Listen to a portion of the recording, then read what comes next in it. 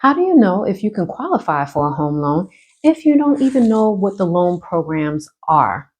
Today, we're going to discuss the pros and cons of the four most popular loan programs, which is FHA, conventional, VA, and USDA. So let's jump into the episode.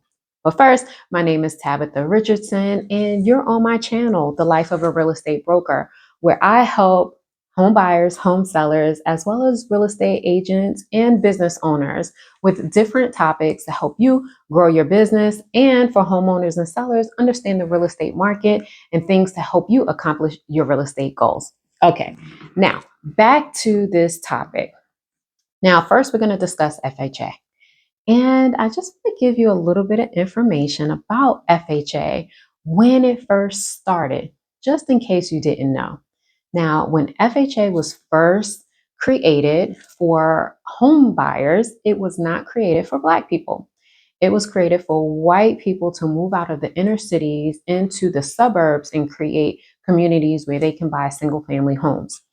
If a Black person were to get a loan, the person offering the loans could potentially lose their ability to offer it. So Black people were not able to get FHA loans. Now, that has changed and everyone is able to qualify for FHA, regardless of their race.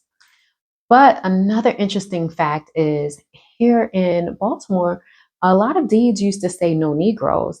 So Black people were not able to even buy that house, even if they had all cash. And another thing is in the inner cities, they were not even able to get loans. So that's where the redlining comes in. On a map, there would be a red circle drawn in the areas that people were not able to get or apply or qualify for home loans to buy in those areas. But again, things have changed now. And so I encourage a lot of my messages are towards people of color to buy houses. It's a great way to create generational wealth for you and future generations in your family. So we are kind of behind in that area just because we had a lot of barriers and obstacles that were put in front of us to be able to buy a home. So now that it is available, my goal is always to educate home buyers and home sellers on the benefits of owning real estate and how to leverage your real estate. So let's start with FHA. Now, with the FHA program, it is a federally backed program and it is designed for first time home buyers. And the reason why it's designed for first time home buyers is because it allows you to put a lower down payment when you're purchasing. So, in comparison to a conventional loan, it has a lower down payment. Now, the down payment is 3.5% of the purchase price. So, for example, if the purchase price were $100, I'm using that number because it's easy, then the down payment would be 3%, which equals $3,000, right? That's simple enough. You also would have closing costs that would be attached to that as well. Now, the pro is that you have that low down payment and it also allows for a higher debt to income ratio. And that just means compared to how much you make, how much you have in debt. Now, a con to FHA loan is that it does have primary mortgage insurance attached to it. And it stays with the loan for the whole 30 years or however long the term is for you getting that loan. So that is a con. It also would have the interest rates would be a little bit different from the other loan programs. But all in all, it is a popular program for first time home buyers to be able to get into a house with less out of pocket expense. Now, let's move on to the second one, which is a conventional loan. Now, a conventional loan varies, right? So they have conventional loans that have 0%. And those are usually special loan programs with different lenders.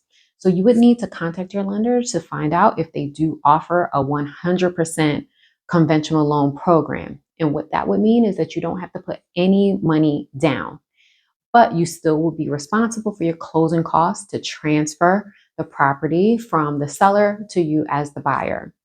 Now, the pros of the conventional loan, they do have the 0%. They often have a 3%.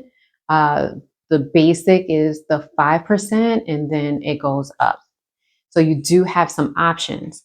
But with the conventional loan, which is a con, is that you do need to have a higher credit score in order to qualify for a conventional loan. And that's for all of their loan products.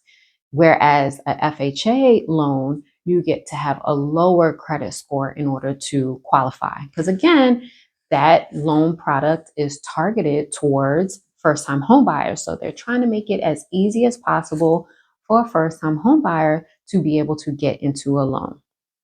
So with the conventional loan, one of the things that is a pro for it is, like I mentioned with the private mortgage insurance, well, in FHA, it's called mortgage insurance premium. With the conventional loan, it will drop off after you've paid down 20%. So if you do put down 20%, you won't have the private mortgage insurance at all. If you pay down 10%, then once the value of your home gets to 20%, so you only have 10% more to go, then it will drop off. And when you do get your loan after you close, you'll see an amortization schedule. And once your house hits that 20%, it will automatically drop off. Some people say that it can take a few payments before it drops off, or you can contact your lender to let them know that you hit the 20%. Another option is with these escalating home values over the last few years. A lot of people's houses gained value very quickly. So they were able to contact their lender and either refinance or, if there's something that you can work out with your lender to remove that private mortgage insurance payment, and then it will drop your loan down. Now, I want you to know that that private mortgage insurance payment that you will be paying is based off of your credit score as well. So the lower your credit score, the higher that will be, and the higher your credit score, the lower that payment would be. So that is a pro, because with FHA, you cannot take that off. But with conventional, you can. Also, interest rates. Now, with FHA, you can qualify for lower interest rates. With conventional, the interest rates usually are a little bit higher, but overall, when you look at a comparison between the two payments, your payment oftentimes is lower with a conventional loan. And then adding on the fact that you can release that private mortgage insurance premium after you hit the 20% makes it a great loan program. Now, oftentimes it's usually people that already have a home and they're selling their home, and they can take a lump sum and put it towards the down payment on their new home. That conventional usually works out pretty good for them. But not to say that a first-time home buyer can't qualify for a conventional loan. Again, talk to your lender to see what loan programs they have. And I encourage you to ask them to do a side-by-side comparison so that you can see what your out-of-pocket expenses would be, what your monthly payment would be, what your interest rates would be. And depending on what's most important to you, if it's the out-of-pocket because maybe you don't have as much cash, or if it's interest rate or your monthly payment, depending on what's important to you, you can look at these two estimates and determine which is the best one for you. All right, now let's go to number 3, the VA loan. And just like it sounds, it's for VA veterans. It is a federally backed loan as well. Conventional is not a federally backed program. So with the VA financing, the pro with it is that you don't have to put any money down. So that is amazing if you are a veteran, active or inactive military. You do need to make sure that you have a DD 214 to include when you're applying with the Veterans Program. Now, there's a lot of pros to the Veterans Program. And of course, it's saying thank you for your service to this country. Here's a benefit to you. You don't have to put any money down. You get lower interest rates with a VA loan program. And all around, it's just really great to be able to allow our veterans to not have to put any money down when they're purchasing. It does allow between 4 and 6%. And the reason why I'm giving a range of 4 and 6% closing cost help that you can get from the seller towards the purchase is because at one point the maximum was 4. And then I don't know, at some point it changed to 6%, but some people say 6, some people say 4. So I'm just going to give you a range. You can find out from your lender what their qualifications are. And oftentimes, if you can get a seller to contribute at least 4% toward your closing costs, then many veterans really don't have to bring anything extra to the table aside from the down payment that they'll need to give. And the down payment is, well, the earnest money deposit, which does go towards the purchase of the house at closing. So oftentimes it's usually 1% of the purchase price. So again, with our example of a $100,000 home, 1% is going to be $1,000 earnest money deposit, and that gets credited back to you at closing.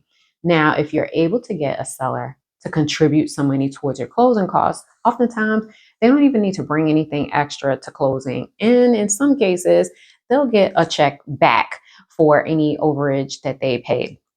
So that is a pro. Now, a con for the VA financing, it's not really a lot, and it's very minimal. And really, with the VA financing, they're very stringent on their appraisal. So when the appraiser goes out to appraise the property to make sure that it is worth the amount that you're purchasing it for, the appraiser also is going to look to make sure that it meets VA standards. And sometimes that appraisal process can be very stringent. And some people shy away. When I say some people, I mean sellers and listing agents. They shy away from wanting to accept buyers who have a VA loan, especially during the pandemic. No one really wanted to take VA or even FHA. They really wanted people who qualify for conventional. And I don't know, for some reason, they felt like it was a stronger buyer if someone qualified for conventional, but that's not always true. And with VA, you cannot, this is a con, you cannot buy a house with someone can't go on the loan with you unless you're married. So if you just have a significant other and you're not married, you're not able to put them on the loan with you. So that is a con. And last, we're going to talk about the USDA loan. Now, the USDA loan is also a federally backed product. And the pro to a USDA loan is that it also is 100% financed. So you don't have to put any money down. And it does have lower interest rates like the VA loan has, which is also great. But a con is that you have to buy the house in a rural area, which is usually outside the city limits. You'll have to travel a little bit further to get to a rural area. And you do need to look on the USDA website to make sure the house that you're interested in is in that approved area. But again, I actually live in a rural area, and it's about maybe 15, 20 minutes for me to get to the main road. But it does offer a lot of benefits being out here as well. So I enjoy it, and I have acreage because it is rural, and they do have, and I don't have HOA. So that's good in the rural areas. There are like stipulations that they can't build like townhouses. So the goal is people are not on top of each other. They're pretty spread out. So that is a con for, depending on how you look at it, a con for USDA is that it does need to be in a rural area. So I will link in the description all of the different loan products so that you can read up about it for yourself and make sure you understand where you are, what your situation is, what your credit score is. You really can get an estimate on sites like Credit Karma because they pull their scores as a Vantage score. And the lender is going to pull a FICO score. So they're not going to be the same, but you can get an idea of what your credit score is so that you can understand where you fall. With the conventional loan, usually it's about a 660 minimum credit score they want you to have in order to qualify. And to get those better interest rates, you need to be over that 700 or 720 hump to get like the better interest rates. But it still can work out for you, understanding where you are financially, how much money you have, and you might qualify for some grant programs that's available out there. So you might get a FHA loan. You might be able to stack that with some local grant programs that might be available for your state to know how much money you need. So I encourage you, if you're thinking about buying and you're feeling like, oh, I can't qualify for a loan, don't say that. Contact a realtor that you trust. Ask them to refer you to one of their lenders that they trust so that you can start the process. In worst case scenario is that you don't qualify right now, but you'll have a game plan on how to qualify because the lender will tell you what you need to do. Increase your credit, or maybe you need to increase your cash, or whatever it is that they tell you need to do. At least you have a path to home ownership instead of just saying, I can't qualify.